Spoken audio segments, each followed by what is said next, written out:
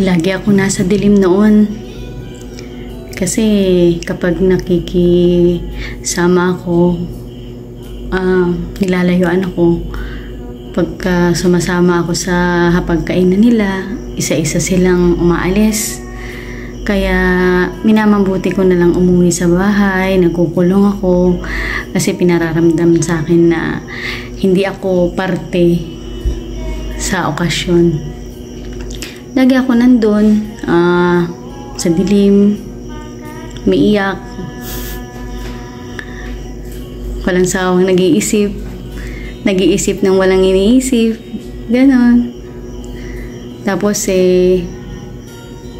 wala ka namang ginagawa, nagagalit pa yung asawa mo sa'yo. Wala ka namang ginagawa, wala ka namang nakakausap, wala ka namang paghihingaan ng lakas ng loob, nagagalit pa siya sa'yo.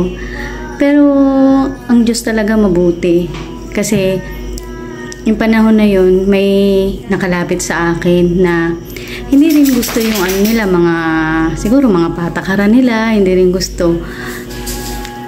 Pinakikinggan niya ako, pumupunta siya sa bahay, sinasabayan niya ako magdasal, tapos binibigyan niya ako ng word of wisdom. Tapos siya nagsabi sa akin, nagturo sa akin na bugbugin ko sa panalangin. Araw-araw akong magdasal, araw-araw akong tumawag. At yun, kaya sa araw-araw kong ginagawa yun noon, tumibay yung pananampalataya ko sa Ama.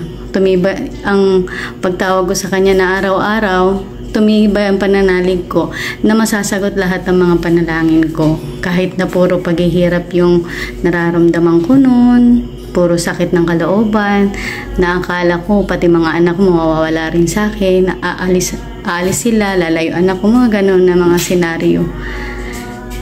Pero dahil may mga tao na ginamit ang Diyos para makalapit sa akin, kahit hinaharangan na sila noon, hinaharangan na sila, sinisiraan na wag akong lalapitan kasi baliw ako. Tapos yung mga taong malapit na sa akin sinasabihan nila na layuan ako kasi hindi nila ako gusto, mga ganon. Diba? Ganon, alam mo yung kung gaano yung kasakit. Dati habang nagsasalita ako, iyak ako ng iyak. Ngayon, pinatibay ako ng Diyos. Pinatibay ako ng Panginoon. Dahil nagtiwala ako sa Kanya, lagi akong tumatawag sa Kanya, lagi akong nagdarasal sa Kanya. Na lahat ng mga yun, mawawala yan isang araw at ibibigay niya sa akin yung mga hiniling ko sa Kanya. At hindi naman ako nabigo. Ngayon, mahal ako ng mga anak ko. Ayaw nila ako nai-stress. Sila nagtatanggal ng mga bagay na nagpapastress sa akin. Ang asawa ko, nagkakaroon na kami ng unawaan. Kaya may mga pagtatalo, pero maganda na yung aming samahan. Wala na kami mga seryosong mga pagtatalo, ganyan.